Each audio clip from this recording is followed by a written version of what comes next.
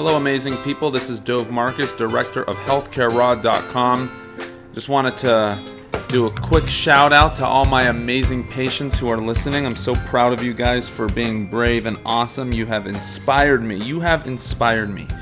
You know, it's weird. It's like I'm a provider, but you're providing more for me, I think, than I provide for you, because I'm expendable. I mean, you can have another nurse come in and change your IV dressing and clean your wound and check your blood pressure, but when you think about it, I mean, you are so unique for who you are, and when I meet you and witness your bravery and how you go through this crazy illness that you have, and you're trudging forward, you're charging through, it really inspires me.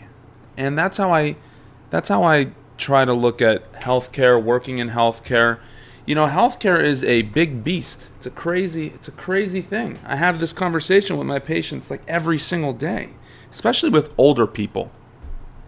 If you've been around for a long time, you have witnessed the entire world changing to the point where if you were born in the 30s and you're in your 80s now, or in your 70s or whatever it is, there was no TV when you were a kid, and now there's streaming videos on your iPhone.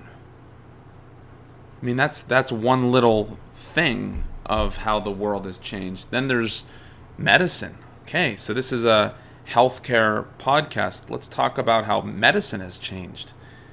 I mean, penicillin was discovered, I believe it was just before World War II. We're talking a miraculous drug, and that's penicillin. Penicillin's old now. Penicillin's like going out of style. We're in trouble with that whole penicillin situation.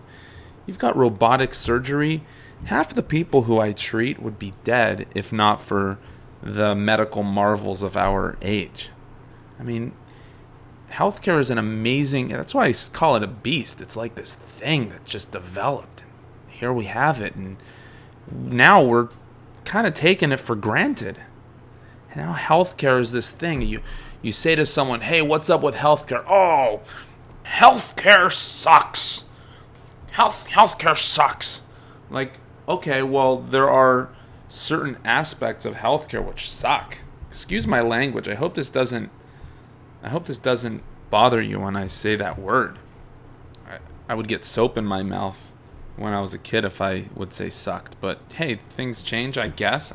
I'm a big boy now. I'm 35. I've got a show. People listen. I got to express myself. And if I want to say that healthcare sucks, well, mommy, don't put soap in my mouth. It doesn't suck, folks. There are things about it which need major overhaul, to say the least.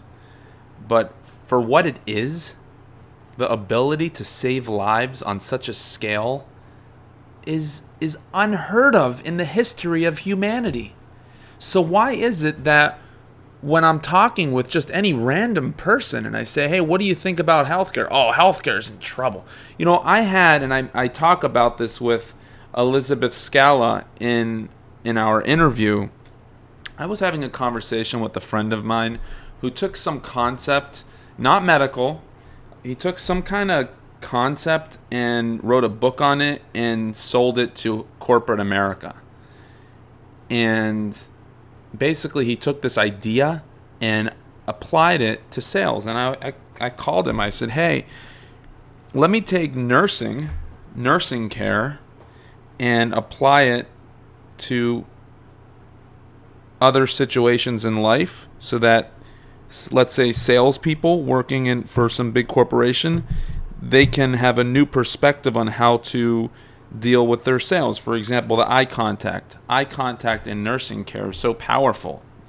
I believe eye contact is such a huge part of healing that it blows my mind, right? So let me take this idea, a lot of these nursing care ideas and fundamentals, and apply it as skills and perspectives that people in health people in corporate America can take and inspire them and give them broader perspective. So what does my friend say? He says, well, people in corporate America are smart and they know that healthcare is messed up, so they're not going to want to hear from you. And I said, boom shakalaka. That's exactly what I'm talking about. Healthcare is screwed up, but healthcare is still awesome. So if you're going to think that because the fiscal situation, the political situation, and just the general lack of direction which we see in healthcare, if you think that that defines what healthcare really is, or if you think that that defines who I am as a nurse and the care that I provide, homeboy, I'm in the trenches. I see the real people every day. And guess what? My people, my patients, they are the true subject of healthcare. They are the true subject of healthcare.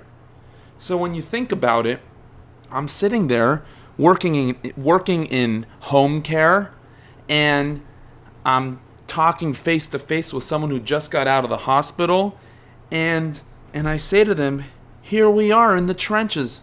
We are in the trenches of healthcare. It's all about you, I tell them.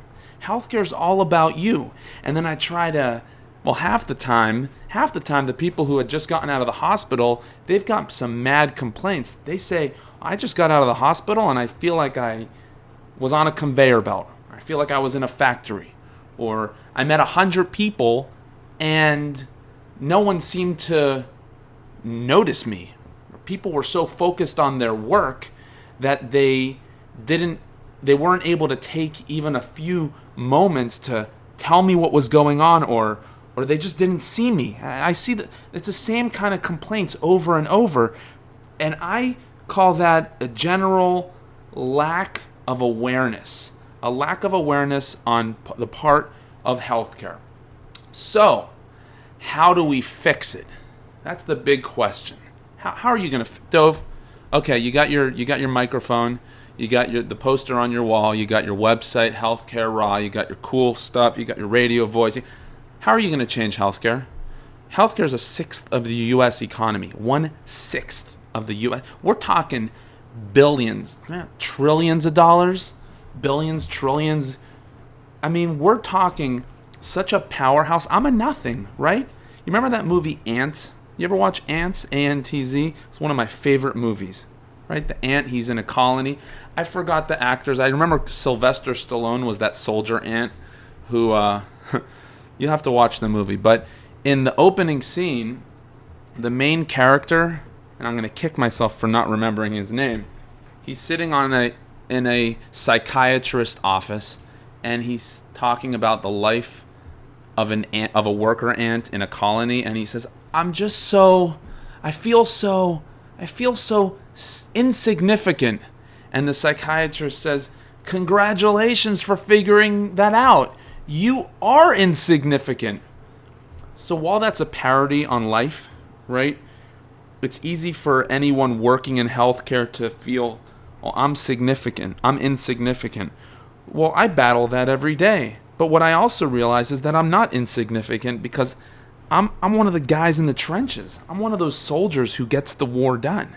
So while I may have that feeling that no one will hear me and no one cares or I can't get it done, everything great starts on a one-person level. So I've got this message. I've got a tremendous message that I need to share with the world. How do you change healthcare? You can change healthcare. I'm not going to lay it all out in this one episode, but the very first step is through awareness.